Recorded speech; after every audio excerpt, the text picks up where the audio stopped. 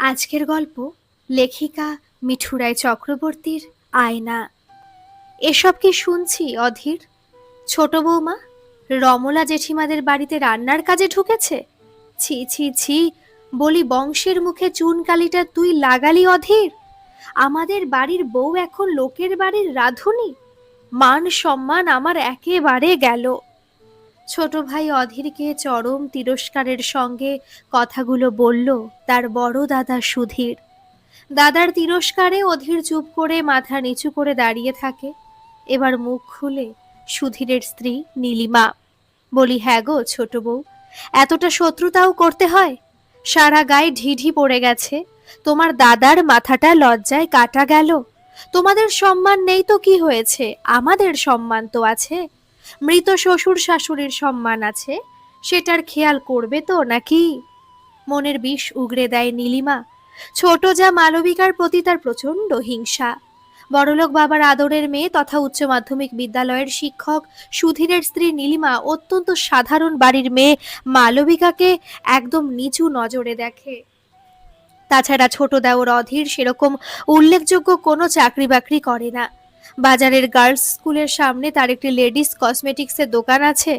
দোকানটি অবশ্য ভালোই চলে, তবে আত্মীয় স্বজনের কাছে পরিচয় দেওয়ার মতো নয়। স্পষ্টতই দুই ভাইয়ের স্ট্যাটাস দুই রকম। সুধীর পৈতৃক বাড়ির অংশ ছেড়ে দিয়ে পৈতৃক জায়গায় নিজের সুন্দর সাজানো গোছানো দোতলা বাড়ি তৈরি করে নিয়েছে, আর অধীর নিজের জায়গার বিনিময়ে পৈতৃক পুরনো বাড়িটি পুরো পেয়েছে।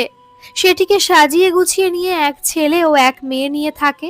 আর সুধীরের দুই মেয়ে, দুই ভাই অনেকদিন পৃথক অন্য। দুই ভাইয়ের পরিবারের মধ্যে শীতলতার সম্পর্ক। দুই ভাই বা দুই জায়ের মধ্যে মারকাটারি ঝগড়াও নেই, আবার গলায় গলায় ভাবও নেই। নিজের শত প্রয়োজনে অধীর যেমন দাদার কাছে সাহায্যের হাত পাতে না, তেমনি বড় দাদা সুধীর কখনো নিজের থেকে সুচ দিয়েও ভাইকে বা ভাইয়ের পরিবারকে সাহায্য করে না। অধীর ও মালবিকা বরং সবসময় নীলিমার দেমাক সহ্য করে চলে, কারণ স্বভাবে শান্ত মালবিকা কথার পিঠে কথা দিয়ে বা গলা উঁচু করে ঝগড়া অশান্তি করতে ভালোবাসে না। কিন্তু অবস্থা সব দিন সবার সমান যায় না। দোকানের মাল আনতে কলকাতার বড় বাজারে গিয়েছিল অধীর। হঠাৎ ট্রেনের মধ্যে অজ্ঞান হয়ে যায়। খুব ভাগ্য ভালো, সাথে একজন পরিচিত লোক ছিল, তারই তত্ত্বাবধানে ও রেল পুলিশের সহায়তায় সে যাত্রায় বেঁচে যায় অধীর। মেয়ে মিতুল তখন ক্লাস 9-এ ও ছেলে বিক্রম ক্লাস 7-এ পড়ে। এরপর সে প্রায় অসুস্থ হতে থাকে। দোকান চালানো তার পক্ষে কষ্টকর হয়ে যায়। হামেশাই দোকান বন্ধ রাখতে হয়। এখন 4 জনের সংসার চালাতে হিমশিম দশা অধীরের।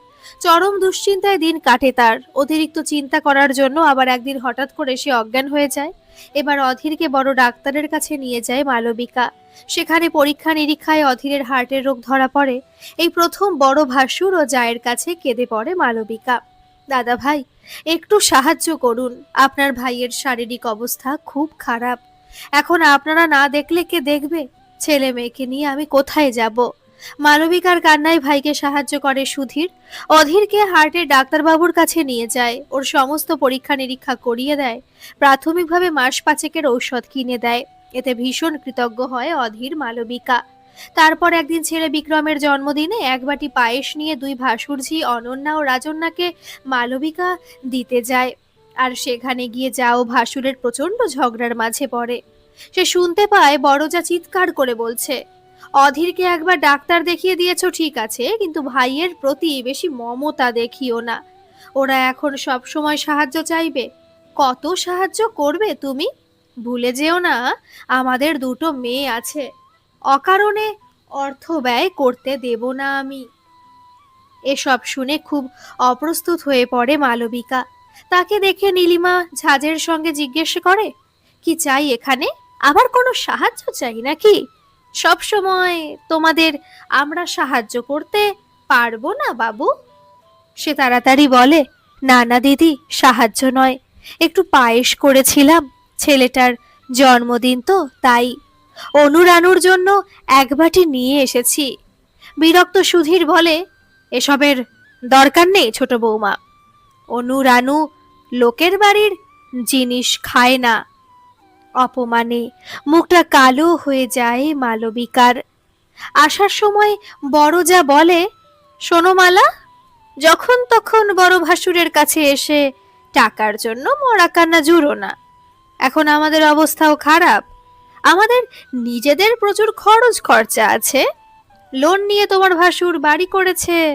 তাছাড়া আমাদের অনেক সাংসারিক খরচ খরচা আছে। আমার অনু রানুর স্কুলের খরচ আছে। ওরা তো তোমার ছেলেমেয়ের মতো সরকারি বাংলা মাধ্যম স্কুলে পড়ে না, সিবিএসই বোর্ডের স্কুলে পড়ে। ছুটিতেও অনলাইনে ওদের ক্লাস চলে। এ মাসেই একটা নতুন ল্যাপটপ কিনতে হলো অনুর জন্য। এখন রানুও নতুন ল্যাপটপের জন্য জেদ ধরেছে। নিজের সংসার বাবু নিজেই চালাও, আমাদের হাতে এখন একদম টাকা নেই। এত অপমান সব দাঁড়িয়ে দাঁড়িয়ে সহ্য করে মালবিকা। মাথা নিচু করে ভাবে, অভাব তোমাদের নেই দিদি, অভাবটা আমাদের। দাদাভাই তো স্কুল শিক্ষক, প্রতি মাসে মোটা বেতন পায়। তবে আমাদের অবস্থা সত্যিই খারাপ। আমাদের ব্যবসা বন্ধ, ওদিকে মানুষটা অসুস্থ, ছেলেমেয়ের পড়াশোনা। দেখি ভগবান কি করেন। গরিবের তো ভগবানই ভরসা। গুটি গুটি পায়ে ভাসুরের বাড়ি থেকে বেরিয়ে আসতে চায় মালবিকা।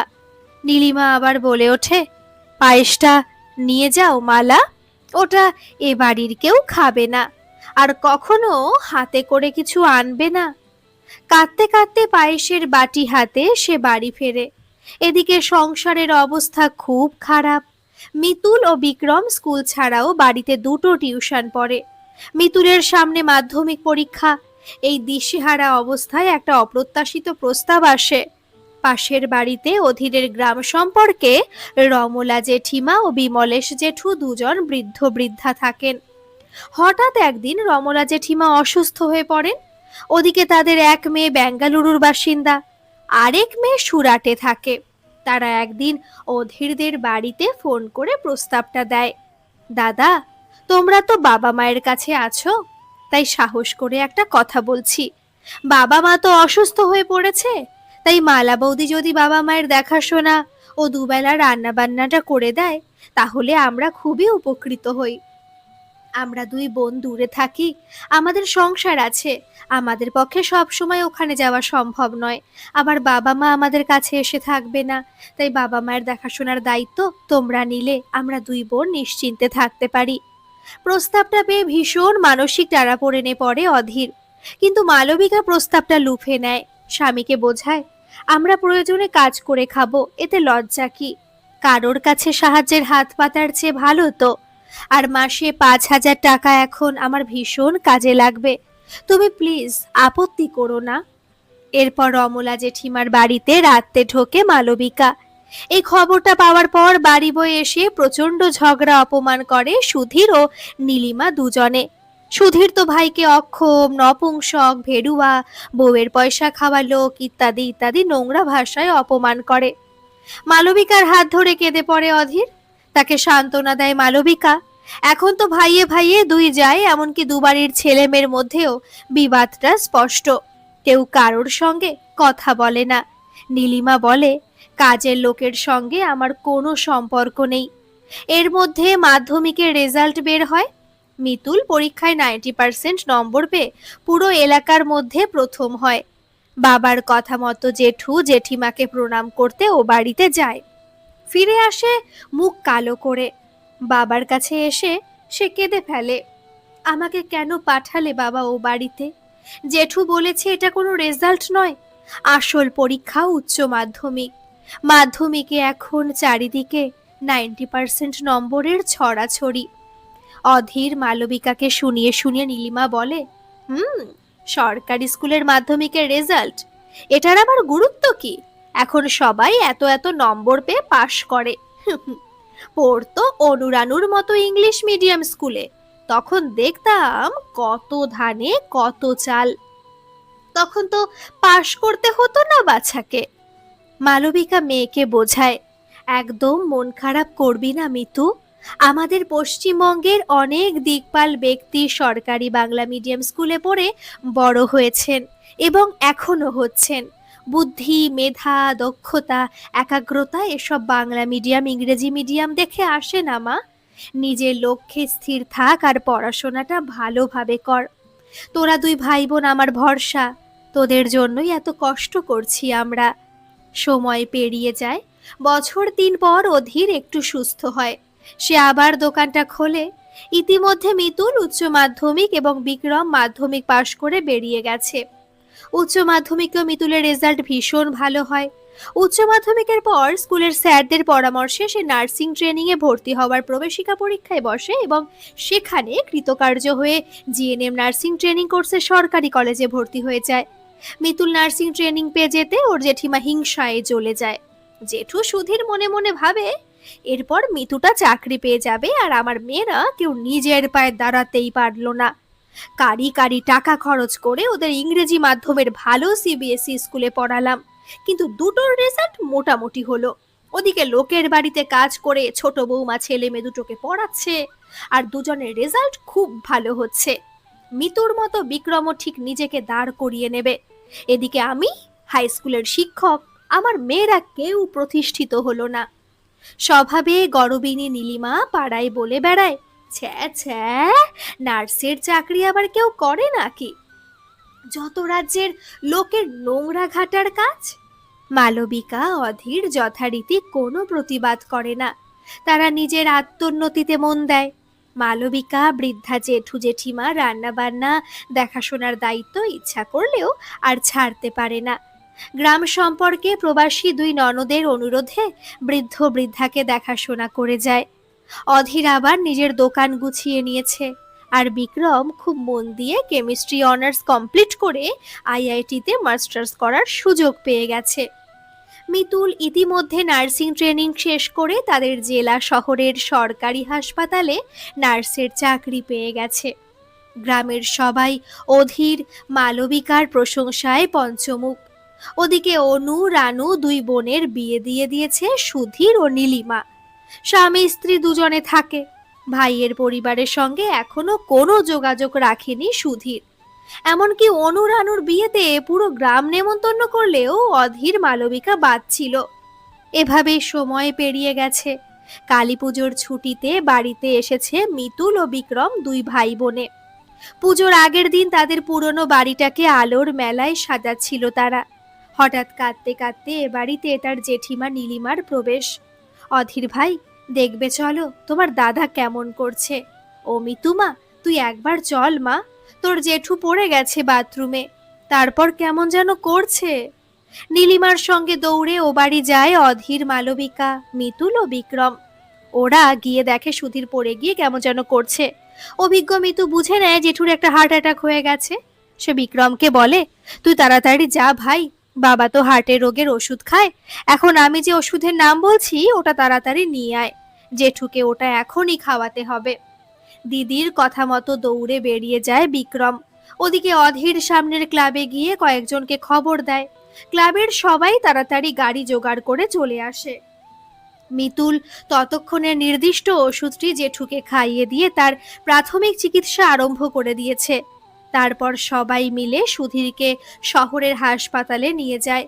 মিতুল সেখানে নিজের পরিচয় কাজে লাগিয়ে জেঠুকে এমার্জেন্সিতে ভর্তি করে দেয়।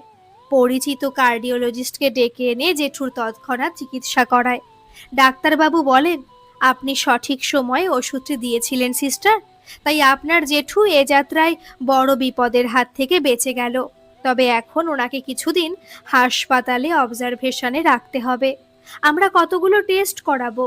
এখন এই ওষুধ ও ইঞ্জেকশনগুলো কিনে আনুন।